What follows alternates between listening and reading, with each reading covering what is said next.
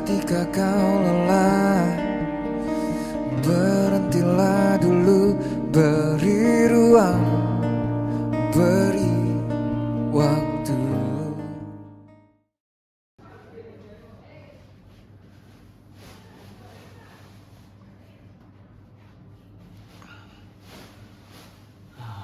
Oke.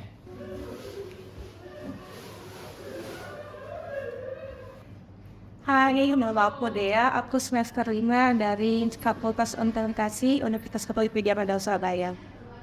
Kenalin, nama aku Arya Prima Yudhoyo Caksono. Sekarang umur saya 21 tahun. Sekarang saya di semester 5 di Universitas Widya Mandala. Dan juga hobi saya itu sekarangnya suka masak. Kenalin, nama aku Caca, umur 20, kuliah di UWM, jurusan Ilmu Komunikasi. Pernah ngerasain titik terendah nggak? Kalau pernah, ceritain dong gimana, waktu kapan? Pengalaman waktu aku terpuruk banget itu waktu aku SMP. Itu baru benar-benar mulai keluar dari zona nyaman. Aku baru pertama kali ngerantau ke Bogor. Dengan perbedaan adanya budaya kayak gitu tuh, aku ngalamin adanya diskriminasi dari teman-teman aku yang mayoritasnya semuanya adalah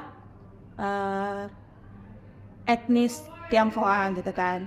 Nah, di situ aku sendiri tuh yang merasa berbeda karena mulai dari kulit, mulai dari rambut, terus habis itu juga mulai dari cara aku bicara.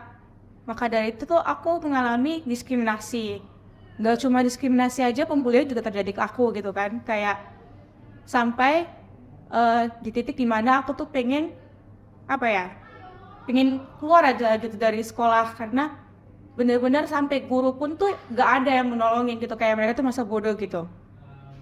Waktu itu aku sampai benci banget sama wali kelas aku, bahkan wali kelas 7 dan 8 tuh aku betul-betul benci banget karena kayak aku udah, Miss tolong dong gitu, aku ada masalah gini loh. Tapi mereka tuh kayak bodoh amat gitu, karena mereka tuh disukain gitu sama anak-anak yang lain gitu kan. Sedangkan aku kan sendiri gitu, gak punya siapa-siapa. Tapi dari hal itu aku belajar untuk tahu berteman dengan orang yang benar-benar peduli sama aku gitu kan, daripada buang-buang waktu untuk orang-orang yang bahkan cuma mau untuk jatuhin aku kayak gitu. Mereka tuh bahkan pernah dari grup kelas di line, mereka nge-kick aku, bahkan dalam grup kelas itu ada gurunya, tapi gurunya tuh kayak ya udah itu masalahmu bukan masalahku gitu kan, padahal dia tuh wali kelas gitu kan. Dan ya udah gitu.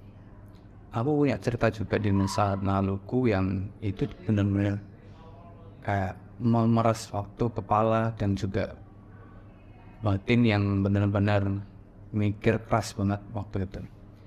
Jadi ceritanya itu waktu dulu sebelum aku masuk di WM itu aku ada di kampus Petra, UKP. Awalnya masuk UKP itu dengan harapan orang tua karena dikasih kayak jangan kamu masuk ini bakal bisa dapat kerjaan itu ringan dan juga hasil upahnya itu gede. Dari situ tuh aku gak ngerasa ada potensi yang ditimbulkan, tapi aku gak ngerasa di sisi negatif yang akan timbul. Di situ aku nyoba waktu masuk, awalnya memang kayak fan-fan aja, tapi semenjak ada satu mata kuliah itu memiliki basis yang bahasa tulisannya itu bahasa Inggris. Dari situ tuh aku ngerasa awal kesulitan. Aku mikir secara logis aja, mikir itu tuh mungkin aku kurang kosakata bahasa Inggris. Aku terusin dan juga di situ aku mulai belajar bahasa Inggris. Ngerasa lama-lama kelamaan di UKP ada salah satu mata kuliah itu menghambat jalannya semester. Yang pertama itu aku bisa ceritain mata kuliah pajak. Di situ tuh aku bikin stres banget gitu. Ceritanya tuh aku pernah dipanggil waktu di kampus untuk maju menjelaskan tentang suatu hal permasalahan keuangan perusahaan, tapi dengan bahasa Inggris. Di situ aku maju dengan ketidaktahuanku bahasa Inggris, jelasinnya kayak gimana, dan pada akhirnya ya aku cuma bisa jelasin pakai bahasa Indonesia. Dan dari situ banyak anak-anak juga dari kampusku melihat aku memandang sebelah mata karena aku tidak punya kemampuan untuk mengerti bahasa Inggris. Dari situ aku merasa pulang dari kampus, waktu di jalan timbullah sebuah pemikiran negatif, depresi. Tapi aku mensampaikan depresi itu lebih ke samping lagi supaya aku tetap positive thinking kalau sebenarnya bahasa Inggris itu bisa dikejar. Wow, kalau titik terendah aku tuh kayaknya bermula waktu aku SMP SMA gitu sih, kayak aku ngerasa ya kayak gak berguna, terus ya intinya aku gak bisa punya punya nilai lebih buat sekelilingku gitu. Tapi kayak kan aku bisa rumah dari orang tua aku gak tinggal sama mereka tuh dari aku lahir, jadi kayak aku gak bisa dapetin apa yang orang lain tuh dapetin, kayak misal kasih sayang orang tua atau kayak kurang gitu loh. Jadi aku ngerasa kayak beda aja sama orang lain, jadi aku ngerasa kok kenapa ya aku gak bisa kayak mereka gitu. Dari semua kejadian itu, gimana sih caranya kamu bertahan supaya bisa sampai di titik yang sekarang? Cara aku untuk keluar dari hal tersebut, ya jangan berfokus pada apa yang membuat mereka membenci aku, yaitu perbedaan punya aku, yaitu etnis aku sendiri gitu kan. Itu kan bukan sebuah kelemahan, itu melainkan sebuah kelebihan yang aku punya gitu kan. Jadi aku cari orang-orang yang benar-benar setia sama aku, peduli sama aku, sayang sama aku, dan aku ketemu itu di 9 orang. Aku ingat betul 9 orang itu benar-benar mereka yang peduli sama aku gitu. Ada salah satu juga tuh dia sampai menjadi teman sekelas aku. Dia rela keluar dari asrama sama aku untuk tinggal bareng gitu kan.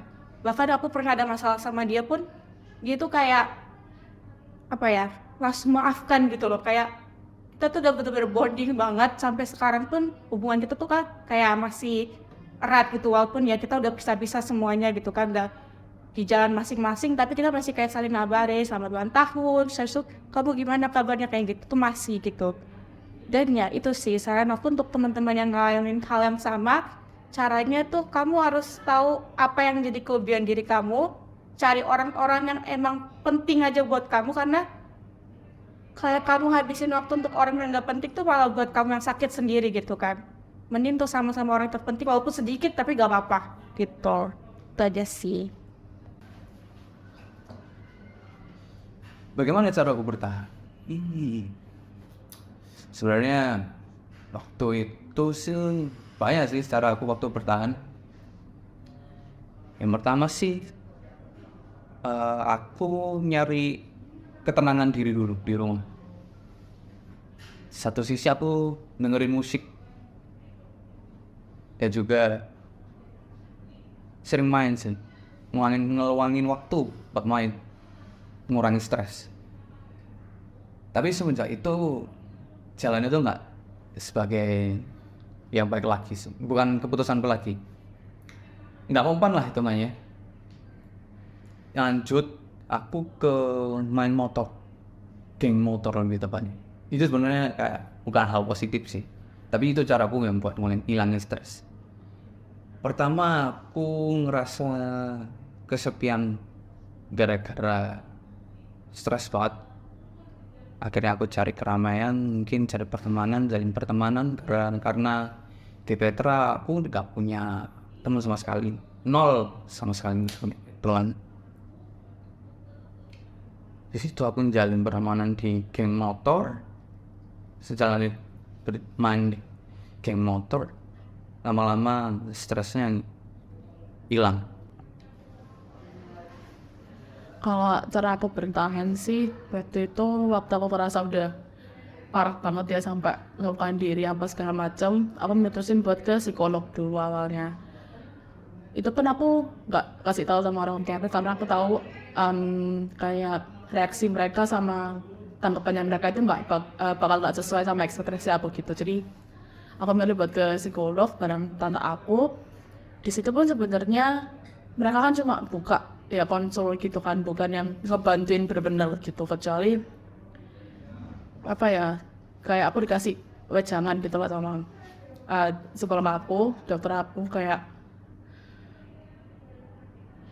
pokoknya kamu tuh kalau misal anggapannya tuh 1.000 orang nyemangatin kamu, tapi kalau dari diri kamu sendiri tuh nggak bisa mau bangkit, gak ada rasa mau bangkit, itu bakalan ya tetap nggak bisa kan, bakal nggak stuck di situ aja gitu. Akhirnya aku dengerin kan kata-kata itu, kayak aku mikirin gitu, oh ternyata bener juga ya. Jadi caranya aku tuh ya ke psikolog itu, terus aku lebih nggak mikirin orang lain aja gitu loh, kayak mau orang lain ngatain fisik aku karena aku kayak gini, terus kulit aku hitam, fisik aku kayak gini, itu aku ya beramat lah, ini kan hidup aku, kalian tuh nggak berkontribusi sebanyak itu kok di hidup aku, jadi aku beramat gitu. Terus aku lebih mikirin sama ya hobi aku, gimana caranya aku bisa bangkit, bisa happy aja gitu, nggak terlalu musingin kata orang gitu. Ketika kau lelah